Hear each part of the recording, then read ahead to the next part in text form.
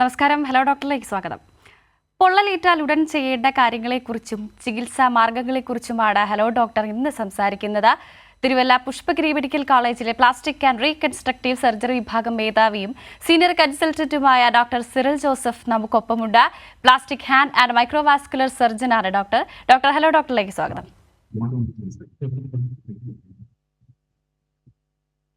Doctor, ആദ്യത്തെ ചോദ്യത്തിലേക്ക് കടക്കുകയാണെങ്കിൽ, പൊള്ളൽ, ശരീരത്തിന് ഏൽക്കുന്ന പൊള്ളൽ പല തരമുണ്ട്.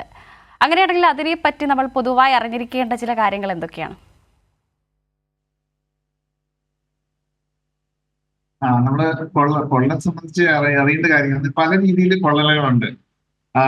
അതിനകത്ത് നമ്മൾ തീ വെച്ച് ഉള്ള പൊള്ളൽ, അത് തെർമൽ ബേൺസ് എന്ന് പറയുന്നത്, അത് ചൂട് കൊണ്ടുണ്ടാകാം, തണുപ്പ് കൊണ്ടുണ്ടാകാം. സാധാരണ നമുക്കുണ്ടാകുന്നത്, നമുക്ക് ഈ തെർമൽ ബേൺസ് ചൂട് കൊണ്ടുണ്ടാകാം. നമ്മുടെ വീട്ടില് തീ ഒന്നെങ്കിൽ തീ കത്തുന്നത്, കിച്ചണിനകത്തുണ്ടാകുന്ന തീ പൊള്ളല്. പിന്നെ അതിന്റെ അപ്പുറത്തെ എക്സ്ട്രീം എന്ന് പറയുന്നത് നമ്മുടെ കോൾഡ് ബേൺസിന്, ഈ ഹോട്ട് ബേൺസിന്റെ പകരം കോൾഡ് ബേൺസ്, അതിനാണ് ഈ ഫ്രോസ്റ്റ് ബൈറ്റ് എന്ന് പറഞ്ഞാൽ നമ്മുടെ മൗണ്ടനിയേഴ്സും നമ്മുടെ തണുപ്പുള്ള സ്നോക്കകത്ത് കാല് ചെന്ന് വീണ് കഴിഞ്ഞ് ബേൺസ് ഉണ്ടാണ് ഫ്രോസ്റ്റ് ബൈറ്റ് എന്ന് പറയുന്നത്. പിന്നെ വേറെ രീതിയിലെ ബേൺസ് എന്ന് പറഞ്ഞാൽ നമ്മുടെ ആസിഡ് ബേൺസ്. നമ്മളിപ്പം പല സമയത്തും കാണാറുണ്ട്, ഓരോരുത്തർ ആസിഡ് എറിയുകയും, പിന്നെ നമ്മുടെ ലാബിലും വർക്ക് പ്ലേസിലൊക്കെ നമ്മുടെ ആസിഡ്സ് കൊണ്ട് ബേൺസ് ഉണ്ടാകാം. അത് ആസിഡ്സിന്റെ പല രീതിയിൽ ബേൺസ് ഉണ്ടാകും. അത് ഒരു ഡേഞ്ചറസ് ബേൺസ് ആണ്. നമ്മുടെ പ്ലെയിൻ ബേൺ അല്ലെങ്കിൽ തീപ്പൊള്ളലിനേക്കാളും ഡേഞ്ചറസ് ബേൺസ് ആണ്.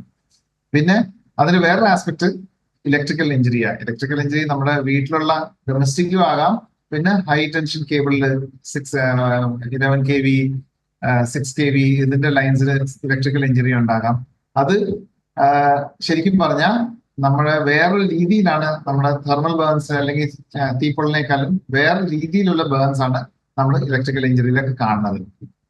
നമുക്ക് പിന്നെ വേണ്ടി വന്നാൽ നമുക്ക് അതിനെപ്പറ്റി ഒന്ന് ഡിസ്കസ് ചെയ്യാം. ഡോക്ടർ, അതുപോലെ തന്നെ ഇതിനായി നാം സ്വീകരിക്കേണ്ട മുൻകരുതലുകൾ എന്തൊക്കെയാണ്?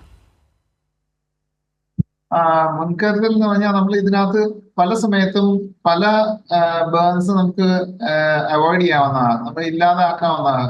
എസ്പെഷ്യലി നമ്മൾ അടുക്കളയിൽ അല്ലെങ്കിൽ കിച്ചണിൽ നമ്മൾ പാചകം ചെയ്യുമ്പോൾ ഈ സമയത്തൊക്കെ നമ്മൾ ശ്രദ്ധിക്കേണ്ട കാര്യങ്ങൾ, നമ്മൾ കിച്ചണിലും ഈ ഫ്ലെയിമിന്റെ ഒക്കെ അടുത്ത് അല്ലെങ്കിൽ തീ അടുത്ത് നമ്മൾ ഈ ഇടുന്ന ഡ്രസ്സ് ഭയങ്കരമായിട്ട് ശ്രദ്ധിക്കേണ്ടതാണ്. നമ്മൾ ഈ കോട്ടൺ ടൈപ്പ് ഡ്രസ്സ് ഇട്ടുണ്ടെങ്കിൽ നമ്മൾ ഇങ്ങനത്തെ കാര്യങ്ങൾ ചെയ്യാനായിട്ട് യൂസ് ചെയ്യാറുണ്ട്. ബാക്കി എന്ത് രീതിയിലെ സിന്തറ്റിക് ഡ്രസ് ആണെങ്കിലും നമ്മൾ പെട്ടെന്ന് അത് തീ പിടിക്കാൻ സാധ്യതയുണ്ട്.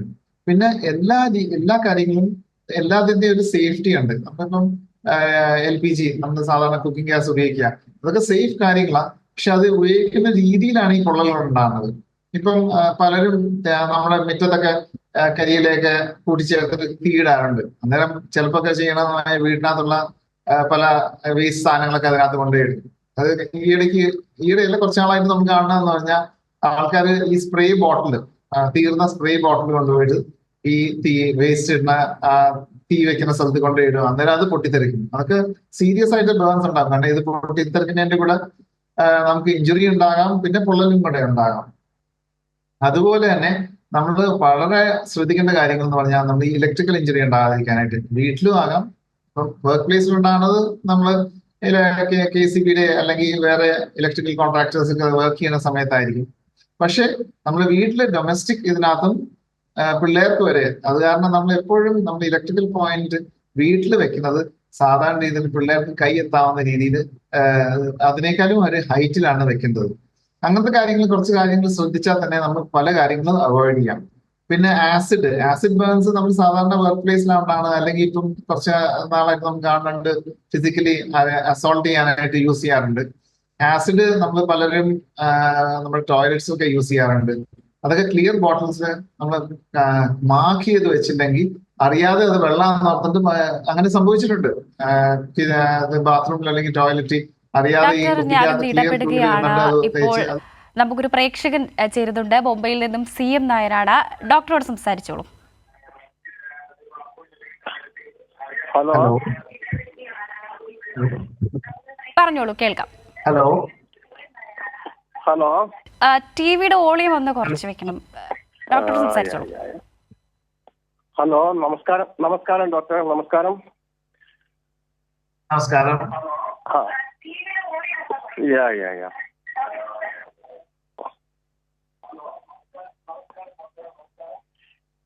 എനിക്ക് ചോദിക്കാനുള്ളത്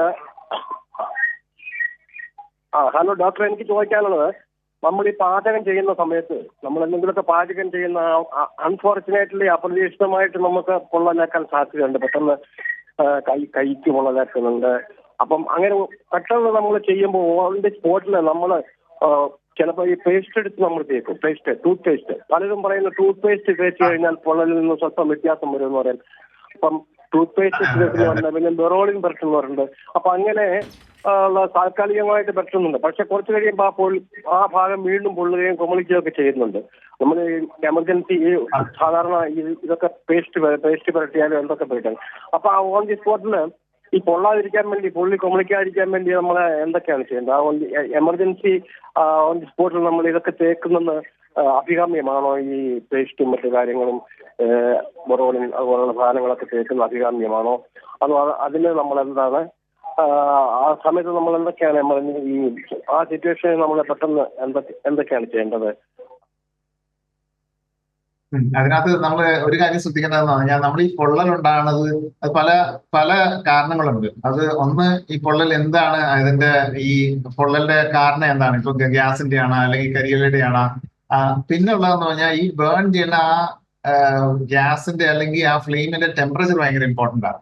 അത് വെറുതെ ഒരു ചൂടുവെള്ളം വീണ് കഴിഞ്ഞാൽ നമ്മൾ ചിലപ്പോഴ് പെട്ടെന്ന് നമ്മൾ ആ ചെറിയ ഭാഗം വീഴാക്കി അത് ചെറിയൊരു പൊള്ളലായിട്ട് മാറുള്ളൂ. പക്ഷെ നേരിട്ട് നമ്മൾ ഡ്രസ്സ് തീ പിടിക്കുക അങ്ങനത്തെയൊക്കെ ഉണ്ടായി കഴിഞ്ഞാൽ അത് സീരിയസ് ബേൺ ആയിട്ട് മാറും.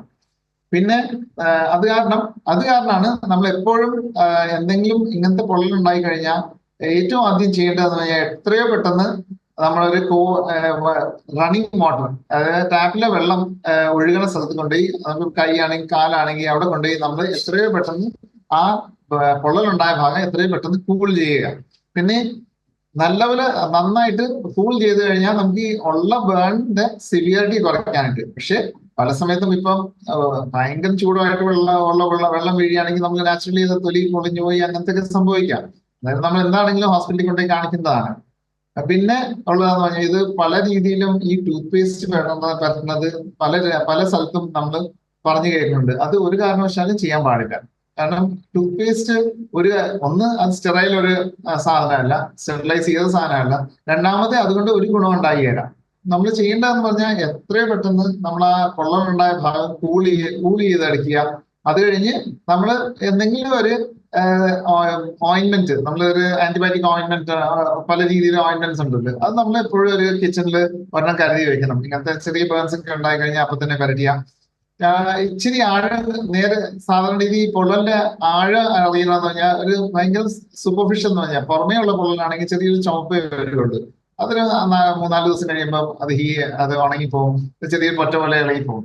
പക്ഷെ അതിൽ കൂടുതൽ ആഴം കൂടുമ്പോഴാണ് ഈ അന്നേരം എന്താണെങ്കിലും നമ്മളെ കൊമളച്ച് കഴിഞ്ഞാൽ നമ്മൾ ഹോസ്പിറ്റലിൽ പോയി കാണിക്കുന്നതാണ്. കാരണം ഈ പൊള്ളലിന്റെ മെയിൻ പ്രശ്നം ഉണ്ടാകുന്ന മേജർ ബേൺസ് എന്ന് പറയുന്നത്, സിവിയറിറ്റി കൂടിയുള്ള ബേൺസിൽ നമ്മൾ ഹോസ്പിറ്റലിൽ ചെന്ന് അതിന്റെ ചികിത്സ അതിൻ്റെതായ രീതി ചെയ്തില്ലെങ്കിൽ അതിന്റെ കോംപ്ലിക്കേഷൻസ് നമ്മൾ നേരിടേണ്ടി വരും. ശരി ഡോക്ടർ, പ്രേക്ഷകന് വ്യക്തമായെന്ന് കരുതുന്നു. ഡോക്ടർ, അതുപോലെ തന്നെയാണ് പൊള്ളലേറ്റ് കഴിഞ്ഞാലുള്ള ഫസ്റ്റ് എയ്ഡ് എങ്ങനെയാണ് എന്നുള്ളത്. അതിനെ പറ്റിയിട്ട് ഇപ്പോൾ ഒരുപാട് തെറ്റിദ്ധാരണകളും നിലനിൽക്കുന്നുണ്ട്. എന്തൊക്കെയാണ് നാം പൊള്ളലേറ്റ് കഴിഞ്ഞാൽ ചെയ്യേണ്ടത്, ചെയ്യരുതാത്തത്?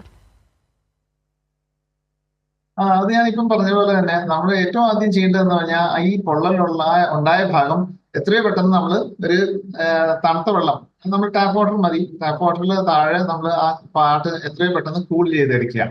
അത് കഴിഞ്ഞ് നമുക്കറിയാം ഒരു നീറ്റിലുണ്ടാവും. ആക്ച്വലി നീറ്റിലുണ്ടാകുന്നത് പറഞ്ഞാൽ തീരെ പുറമേയുള്ള പൊള്ളലിനാണ് ഈ നീറ്റിലുണ്ടാകുന്നത്. പിന്നെ അതിനേക്കാളും കുറച്ചുകൂടെ ആഴം കൂടി കഴിഞ്ഞാലാണ് നമ്മൾ കൊമളച്ച് വരുന്നത്. കൊമളച്ച് വരണേക്കാളും ഡീപ്പ്, അതായത് സെക്കൻഡ് ഡിഗ്രി ബേൺ എന്ന് പറയും. ചെറിയ ചുമപ്പ് മാത്രം ഉണ്ടാകുന്ന ഫസ്റ്റ് ഡിഗ്രി ബേൺ എന്ന് പറയുന്നത്. പിന്നെ തീർത്തും ആഴത്തിൽ നമ്മൾ പൊള്ളൽ ഉണ്ടാകുന്നതിനാണ് നമ്മൾ തേർഡ് ഡിഗ്രി ബേൺ എന്ന് പറയുന്നത്. അതെന്താണെങ്കിലും നമ്മൾ ഹോസ്പിറ്റൽ ഒരു സെറ്റിംഗിലാണ് നമ്മൾ ചികിത്സ നേടേണ്ടത്, അവിടെ ചെന്ന് കാണിച്ചു കഴിഞ്ഞാൽ. കാരണം ഫസ്റ്റ് എയ്ഡ് ഈ ഒരു കാരണവശാലും ഈ പേസ്റ്റ് തേക്കുന്നത് അല്ലെങ്കിൽ വേറെ ഓരോ നമ്മുടെ നാട്ടിൽ പറയുന്ന സാധാരണ രീതിയിലുള്ള കാര്യങ്ങൾ തേക്കുന്നത്, അത് ഇനീഷ്യൽ സ്റ്റേജിൽ ഒരു കാരണവശാലും ചെയ്യാൻ പാടില്ല. കാരണം ഈ പൊള്ളൽ ഉണ്ടാകുമ്പം ശരിക്കും തീപ്പൊള്ളൽ ഉണ്ടാകുന്ന സ്റ്റെറൈലാണ്. അത് നമ്മൾ എന്തെങ്കിലും തേച്ച് അത് ഇൻഫെക്റ്റഡ് ആക്കരുത്. കാരണം പുറമേ ഉള്ള പൊള്ളല് അത് പ്രത്യേകം ശ്രദ്ധിക്കേണ്ട കാര്യം എന്ന് പറഞ്ഞാൽ, പുറമേ ഉള്ള പൊള്ളല് വരെ നമ്മൾ ഈ സ്റ്റെറിലൈസ് ചെയ്യാത്ത സാധനങ്ങൾ ഉപയോഗിച്ച് കഴിഞ്ഞാൽ ആ പൊള്ളല് ഇൻഫെക്റ്റഡ് ആയി കഴിഞ്ഞാൽ നമുക്ക് പൊള്ളലിന്റെ ആഴം കൂടും. ആഴം കൂടിക്കഴിഞ്ഞാൽ അതിന്റെ ചികിത്സയും അതിൻ്റെതായ രീതിയിൽ മാറും. കാരണം ബേൺസിന്റെ ചികിത്സ ലേബർ ഇന്റൻസീവ് ആണ്. ഒത്തിരി പേര് വേണം നമ്മളൊരു മേജർ ബേൺസ് ചികിത്സിക്കാനായിട്ട്. അതെപ്പോഴും നമ്മൾ ശ്രദ്ധ വെക്കേണ്ടതാണ്. കാരണം അന്നേരം നമ്മളെ എല്ലാ രീതിയിലും നമുക്ക് അത് ബാധിക്കുന്നതാണ്. ചികിത്സയുടെ രീതിയിലും എക്സ്പെൻസിന്റെ രീതിയിലും, ഗവൺമെന്റ് ആയാലും പ്രൈവറ്റ് ആയാലും. ഡോക്ടർ, അതുപോലെ തന്നെയാണ് ഈ പൊള്ളലേറ്റാലുള്ള കോംപ്ലിക്കേഷൻസ്, പൊള്ളലേറ്റ് കഴിഞ്ഞാൽ എന്തൊക്കെയാണ് പ്രശ്നം? മാത്രമല്ല മുറിവുകൾ ഉണ്ടാകുന്നുണ്ട്. അതിൽ ആഴത്തിലുള്ള പൊള്ളലുകൾക്ക് ഉടൻ ചികിത്സ എടുത്തില്ലെങ്കിലുള്ള പ്രശ്നങ്ങൾ എന്തെല്ലാമാണ്? അതെ, ഇത് എല്ലാവരും അറിഞ്ഞിരിക്കേണ്ട കാര്യമാണ്. ഞാൻ പറഞ്ഞില്ലേ, ഈ ബേൺസിന്റെ പല ഡിഗ്രി ഉണ്ട്. ഫസ്റ്റ് ഡിഗ്രി ഞാൻ പറഞ്ഞ പോലെ ചെറിയ ചോപ്പ് മാത്രം പറഞ്ഞാൽ അത് ഹീൽ ചെയ്ത്. ഈ സെക്കൻഡ് ഡിഗ്രി എന്ന് പറഞ്ഞാൽ ചെറിയ ഈ കൊമളച്ച് വന്നിരിക്കും, പക്ഷെ നമ്മൾ ഡ്രസ്സിങ്സ് വെച്ച് അത് ഉണക്കിയെടുക്കാവുന്നതാണ്. മൂന്നാമത്തെ എന്ന് പറഞ്ഞാൽ ഈ ഡീപ്പ് ആയിട്ടുള്ള ബേൺസ്. ഡീപ്പ് ബേൺസ് എന്ന് പറഞ്ഞാൽ നമ്മുടെ സ്കിന്നിന്റെ ഫുൾ തിക്നെസ് ഉള്ള ബേൺസ് ഉണ്ടാകുന്നത്. അത് എന്താണെങ്കിലും നമ്മൾ ഹോസ്പിറ്റലിൽ ചെന്ന് കടന്ന് ചികിത്സിക്കേണ്ട ബേൺസ് ആണ്. കാരണം ഒരു ഭാഗത്ത് സ്കിൻ ഫുൾ തിക്നെസ്, മൊത്തം ആഴത്തിൽ സ്കിൻ നമ്മൾ നഷ്ടപ്പെടുകയാണെങ്കിൽ, ബേൺസ് മാത്രമേ നഷ്ടപ്പെടുകയാണെങ്കിൽ അതിന് ചികിത്സ എന്ന് പറഞ്ഞാൽ ആ ഭാഗത്ത് എത്രയോ പെട്ടെന്ന് നമ്മൾ വേറെ നമ്മുടെ രോഗിയുടെ തന്നെ വേറെ ഭാഗത്ത് സ്കിൻ എടുത്തു വെച്ച് ആ ഭാഗം ഉണക്കിയെടുക്കുന്നതാണ് അതിന്റെ ശരിയായ രീതി.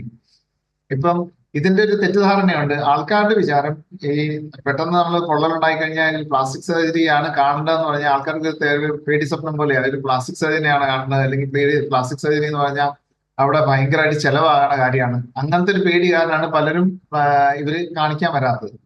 ഇപ്പൊ ഈ പൊള്ളൽ ഉണ്ടായി കഴിഞ്ഞാൽ നമ്മള് ഈ ഒരു ഡീപ്പ് ബേൺ ആണെന്ന് ഓർത്തത്, അത് 3rd ഡിഗ്രി ബേൺ ആണ്, ആഴം കൂടിയ പൊള്ളലാണ്. അത് ഉണങ്ങണമെന്ന് പറഞ്ഞാൽ നമ്മളിപ്പം കൈപ്പത്തിയുടെ പുറം വശത്തൊരു പൊള്ളൽ ഉണ്ടായെന്ന്, അത് ഒരു ഡീപ്പ് ബേൺ ഡോക്ടർ, ഞാനൊന്ന് ഇടപെടുകയാണ്. ഇപ്പോൾ നമുക്കൊരു പ്രേക്ഷകൻ കൂടി ചേരുന്നുണ്ട്. ബാംഗ്ലൂരിൽ നിന്ന് തോമസ് ആണ്. തോമസ്, ഡോക്ടറോട് ചോദിച്ചോളൂ. Doctor, good afternoon. ഞാൻ തോമസ് ഫ്രം ബാംഗ്ലൂർ. എനിക്ക് ചോദിക്കാനുള്ള, ഇപ്പൊ ഡോക്ടർ ഇപ്പൊ അതിന്റെ ഒരു ആൻസർ തന്നെ പറയുമായിരുന്നു. ഞാൻ ചോദിക്കാനുള്ള ഒരു ക്വസ്റ്റ്യൻ, ഇപ്പോ മെയിനായിട്ട് ഇപ്പോ ഈ ബേൺ അല്ലെങ്കിൽ എന്തെങ്കിലും ഒരു അങ്ങനെയുള്ള ബേൺ ഇഞ്ചുറി ഉണ്ടാകുമ്പോൾ മാത്രമാണോ ഒരു പ്ലാസ്റ്റിക് സർജനെ സന്ദർശിക്കേണ്ടത്? അല്ലാതെ എന്തൊക്കെ കാര്യങ്ങൾക്ക് വേണ്ടി പ്ലാസ്റ്റിക് സർജറി നമുക്കത് യൂസ്ഫുൾ ആണ്? മീൻസ് ഇപ്പോൾ ബ്യൂട്ടി തെറാപ്പി എന്നൊക്കെ ഇതിനകത്ത് എഴുതി കാണിക്കുന്നുണ്ട്. അപ്പോൾ അങ്ങനെയുള്ള എന്തെല്ലാം കാര്യങ്ങൾ, ഇപ്പോൾ ബേൺ എന്നുള്ളത് ഒഴിച്ചാൽ ബാക്കി എന്തെല്ലാം കാര്യങ്ങൾക്ക് നമുക്കൊരു പ്ലാസ്റ്റിക് സർജന്റെ സേവനം നമുക്ക് തേടാൻ പറ്റും? നമ്മൾ ഉദ്ദേശിക്കുന്ന ഈ ബേൺസിന് റിലേറ്റഡ് ആയിട്ടുള്ളതാണ് ഈ കാര്യങ്ങൾ ചോദിക്കുന്നത്? അല്ല, ബേൺ ആകുന്ന സമയത്ത് പ്ലാസ്റ്റിക് സർജറി ചെയ്യുന്നുള്ളത് നമുക്കറിയാം. ഞാൻ ചോദിച്ചത് ആ ഒരു കേസ് അല്ലാതെ മറ്റുള്ള ഒരു ബ്യൂട്ടി തെറാപ്പി എന്നുള്ള രീതിയിൽ എന്തെല്ലാം കാര്യങ്ങൾക്ക് പ്ലാസ്റ്റിക് സർജറി നമുക്ക് ചെയ്യാൻ പറ്റും? അല്ല, അത് നമ്മൾ ഒരു പ്ലാസ്റ്റിക് സർജറി പറഞ്ഞാൽ ഒത്തിരി വൈഡ് ആയിട്ടുള്ള ഒരു സ്പെഷ്യാലിറ്റിയാണ്. അതിന്റെ ഒരു ഭാഗമാണ് നമ്മുടെ ഒരു റീകൺസ്ട്രക്റ്റീവ് സർജറി എന്ന് പറയുന്നത്. റീകൺസ്ട്രക്റ്റീവ് സർജറിക്കകത്താണ് നമ്മുടെ പല ഇപ്പം ജനറാലോപിക ഇത് കഞ്ഞിണ്ടൽ പ്രശ്നങ്ങളുണ്ടായ മുറിച്ചിട്ട് കണ്ണാക്ക് മുറിഞ്ഞിരിക്കുന്ന ഇതെല്ലാം ചെയ്യുന്ന സർജറീസ്. പിന്നെ നമ്മൾ ഈ ട്രോമ, കൈയുടെ ഇഞ്ചുറീസ്, കാലിന്റെ ഇഞ്ചുറീസ്, ഫ്രാക്ചേഴ്സ്, അവിടെ മാർക്സ് നഷ്ടപ്പെടുന്നത്, ഇതൊക്കെ ഒരു റീകൺസ്ട്രക്റ്റീവ് സർജറിയുടെ ഭാഗമായിട്ടാണ് വരുന്നത്. പിന്നെ അതിന്റെ വേറൊരു ഭാഗമാണ് ഈ കോസ്മെറ്റിക് അല്ലെങ്കിൽ എസ്തെറ്റിക് സർജറി. അത് പല പല രീതിയിൽ നമ്മളത് കാണുന്നുണ്ട്. ഇപ്പം മൂക്കിന്റെ ഭംഗി കൂട്ടാനായിട്ട് റൈനോപ്ലാസ്റ്റി എന്ന് പറയും, മൂക്കിന്റെ ഡിഫോമിറ്റി മാറ്റിയിട്ട് ഇത്. പിന്നെ നമ്മൾ ലൈപ്പോസക്ഷൻ ഉണ്ട്. പിന്നെ നമ്മൾ ബോഡി കൺട്യൂറിംഗ് എന്ന് പറയും. അമിതമായ നമ്മള് ചില ഭാഗത്ത് ഫാറ്റ് നമ്മൾ ലൈപ്പോസക്ഷൻ ചെയ്ത് കാണും. ഇങ്ങനത്തെ പല കാര്യങ്ങളും. എന്നൊക്കെ പ്ലാസ്റ്റിക് സർജറി എന്ന് പറഞ്ഞാൽ ഒരു ഭയങ്കര വൈഡ് ഒരു സ്പെഷ്യാലിറ്റിയാണ്. അത് പൊതുവേ ജനത്തിനൊരു ഐഡിയ എന്ന് പറഞ്ഞാൽ ഈ പ്ലാസ്റ്റിക് സർജറി എന്ന് പറഞ്ഞാൽ ഭംഗിക്ക് വേണ്ടി മാത്രം ചെയ്യുന്ന സർജറി എന്നാണ് ഉദ്ദേശിക്കുന്നത്. പക്ഷെ അങ്ങനെയല്ല. ഇതിനകത്ത് ഒത്തിരി പല വിങ്സ് ഉണ്ട്, പല കാര്യങ്ങൾ ചെയ്യുന്നുണ്ട് നമ്മൾ. അത് കാരണം നമ്മൾ ഇത്രയും സമയത്തിനകത്ത് നമ്മൾ ഇതെല്ലാം എക്സ്പ്ലെയിൻ ചെയ്ത് പറയാൻ പറ്റില്ല എന്തിനൊക്കെ വേണ്ടിയിട്ടാണ് നമ്മൾ കോസ്മെറ്റിക് ചെയ്യണമെന്ന്. കോസ്മെറ്റിക് ആസ് സച്ച് ഒരു വലിയൊരു വിഭാഗമാണ് പ്ലാസ്റ്റിക് സർജറിയുടെ. ഇടവേളയ്ക്ക് ശേഷം തിരിച്ചെത്തുമ്പോൾ ഡോക്ടർ, പൊള്ളലേറ്റാലുള്ള ചികിത്സാ മാർഗങ്ങളെ പറ്റിയാണ് നമ്മൾ സംസാരിച്ചത്. ഡോക്ടർ, തുടരാം. ആ അന്നേരം നമ്മള് ഈ ഒരു ആഴം കൂടി പൊള്ളല് എപ്പോഴും മനസ്സിലാക്കാം. നമ്മൾ ഏത് മുറിവും തന്നെ ഉണങ്ങാൻ വിടുന്നതെന്ന് പറഞ്ഞാൽ അത് ചുറ്റിനുള്ള തൊലി അടുത്ത് വന്നാണ് ആ മുറിവ് ഉണങ്ങുന്നത്. അതേപോലെ തന്നെ ഈ ഇത് കുറച്ച് ഏരിയ ഉള്ള ബേൺസ് ആണ് നോക്കുന്നത്. അപ്പൊ കഴുത്തിന്റെ ഒരു കഴുത്തിന്റെ ആ ഭാഗത്ത് ബേൺസ്, അത് നമ്മള് ചികിത്സ എടുക്കാതെ തന്നെ ഉണങ്ങണമെന്ന് പറഞ്ഞാൽ ആ ചുറ്റിനുള്ള സ്കിൻ ചുരുങ്ങിയിട്ട് നമ്മളെ കഴുത്ത് ഈ താടി ചെന്നിട്ട് ഈ നെഞ്ചിന്റെ അവിടെ ചെന്ന് നിൽക്കും. കാരണം അത് ചുരുങ്ങിയിട്ടാണ്. ഇതിപ്പോ കോൺട്രാക്ഷൻ എന്ന് പറയും. ഇതൊക്കെയാണ് കൈക്ക് അങ്ങനെ സംഭവിക്കാം. പിന്നെ നമ്മുടെ കൈയുടെ ഈ ആക്സില, ഈ ഭാഗത്ത് മടക്കിന്റെ ഭാഗങ്ങളൊക്കെ സംഭവിക്കാം. ഇതാണ് നമ്മൾ കോൺട്രാക്ചേഴ്സ്. ഇതാണ് ഏറ്റവും കൂടുതൽ കോംപ്ലിക്കേഷൻ ഉള്ളതാണ് ബേൺസിന്റെ. മേജർ ബേൺസിന് ഡെത്ത് ഒക്കെ ഉണ്ടാകും, അത് വേറെ കാര്യം. പക്ഷേ ഈ കോൺട്രാക്ചേഴ്സ് ഉണ്ടാകാതിരിക്കാനാണ് നമ്മൾ എപ്പോഴും പറയണത്. സാധാരണ ഒരു ആൾക്കാരുടെ തെറ്റിദ്ധാരണ എല്ലാം മുറിവ് ഉണങ്ങി കഴിഞ്ഞിട്ട് പ്ലാസ്റ്റിക് സർജനെ കാണിക്കണം. അങ്ങനെയല്ല. നമ്മൾ ഇങ്ങനത്തെ ആഴം കൂടിയ പൊള്ളൽ ഉണ്ടായി കഴിഞ്ഞാൽ പണ്ട് നമ്മൾ ചെയ്തിരുന്നത് പറഞ്ഞാൽ നമ്മൾ വെയിറ്റ് ചെയ്യുമായിരുന്നു. ഒരു 2 ആഴ്ചയോളം വെയിറ്റ് ചെയ്തിട്ട് ഉണങ്ങാത്ത ഭാഗമാണ് സ്കിൻ ഗ്രാഫ്റ്റ് ചെയ്തിരുന്നത്, സ്കിൻ എടുത്ത് വെച്ചിരുന്നത്. പക്ഷെ ഇപ്പൊ അങ്ങനെയല്ല. ഒരു 2ാമത്തെ 3ാമത്തെ ദിവസം നമ്മൾ ആഴം കൂടിയ പൊള്ളലാണെന്ന് അറിഞ്ഞു കഴിഞ്ഞാൽ അപ്പൊ തന്നെ നമ്മൾ സർജറി ചെയ്ത് ആ ഭാഗത്ത് വേറെ സ്കിൻ എടുത്ത് വെച്ച് നമ്മളെ മുറിവ് ഉണക്കിയെടുക്കുക. അന്നേരം 2ാമത്തെ ആഴ്ചയാകുമ്പം ആ രോഗിയുടെ ആ പൊള്ളലെല്ലാം ഉണങ്ങി നമ്മൾ വീട്ടിൽ പോകാവുന്ന രീതിയിലാണ് നമ്മൾ ഇപ്പോഴത്തെ ചികിത്സാ രീതി. ഇതിന്റെ കൂടെ ഒരു പറയേണ്ട പ്രത്യേക കാര്യം എന്ന് പറഞ്ഞാൽ നമ്മൾ ഈ ക്ലോസ്ഡ് ആയിട്ടുള്ള അടഞ്ഞുള്ള മുറിക്കകത്തുള്ള ബേൺസ്, ചിലപ്പം ഈ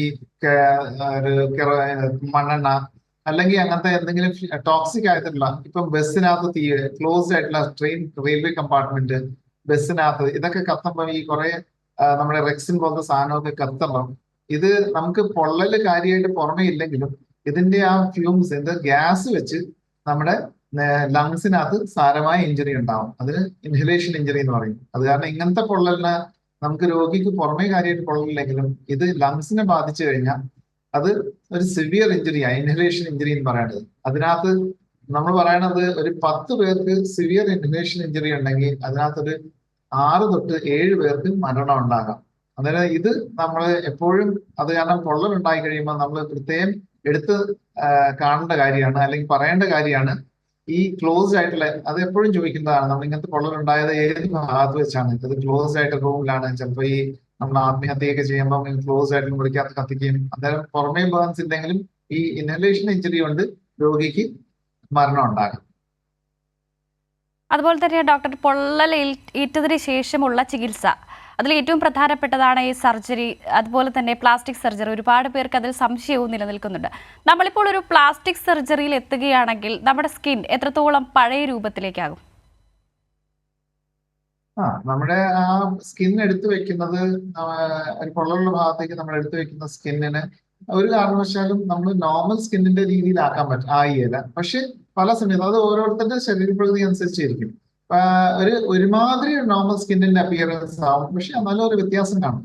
ഇത് മനസ്സിലാക്കേണ്ടത്, നമ്മളൊരു ബേൺസ് കഴിഞ്ഞിട്ട് ഈ സർജറികൾ ചെയ്യുന്നത് നമ്മുടെ രോഗിയുടെ പൊള്ളലിനെ ആ മുറിവ് ഉണക്കാൻ മാത്രമല്ല, ആ രോഗിയെ നമ്മൾ സുഖപ്പെടുത്താൻ കൂടെയാണ്. അന്നേരം ലൈഫ് സേവിങ്ങും പ്രൊസീജിയേഴ്സും കൂടെയാണ് പല സമയത്തും. കാരണം ഈ ഒരു മേജർ ബേൺസിനകത്ത് നമ്മൾ ശരിയായ രീതിയിൽ അതിന്റെ ചികിത്സാ രീതി കൊടുത്തില്ലെങ്കിൽ ആ രോഗിക്ക് ഇൻഫെക്ഷൻ ഉണ്ടായി കഴിഞ്ഞാൽ സെപ്റ്റിക് ഷോക്ക് എന്നൊക്കെ പറയും, നമ്മൾ സെപ്റ്റിക് ആയെന്നൊക്കെ പറയുന്ന പോലെ, അതുകൊണ്ട് രോഗിയുടെ ജീവൻ തന്നെ ബാധിക്കാം. അതായത് നമ്മൾ ഈ ബേൺസിന്റെ അല്ലെങ്കിൽ പൊള്ളലിന്റെ ചികിത്സാ രീതി എന്ന് പറഞ്ഞാൽ ആ രോഗിയുടെ ലൈഫ് കൂടെ രക്ഷിക്കാനുള്ള ചികിത്സാ രീതിയാണ്. അതിന്റെ കൂടെയാണ്, അതാണ് ഞാൻ പറയുന്നത്, പണ്ട് നമ്മൾ ഇങ്ങനത്തെ പൊള്ളൽ ഉണ്ടായി കഴിഞ്ഞാൽ ഡീപ്പായിട്ടുള്ള മേജർ ബേൺസ്, നമ്മളെ ഒരു ദേഹത്തിന്റെ ഒരു 20, 35, 30, 40 അല്ലെങ്കിൽ 50% ബേൺസ് ഉണ്ടായി കഴിഞ്ഞാൽ പണ്ടൊക്കെ നമ്മൾ വെയിറ്റ് ചെയ്യുകയാണ്. ഇപ്പം അങ്ങനത്തെ രീതിയല്ല. എത്രയോ പെട്ടെന്ന് നമ്മൾ ആ മുറിവ്, നമ്മൾ ആ പൊള്ളൽ ആദ്യമേ ഉണ്ടായിരിക്കുന്ന മുറിവ് എത്രയോ പെട്ടെന്ന് നമുക്ക് ഉണക്കിയെടുക്കുന്ന രീതിയിലാണ് നമ്മൾ ഇപ്പോഴത്തെ ചികിത്സാ രീതി.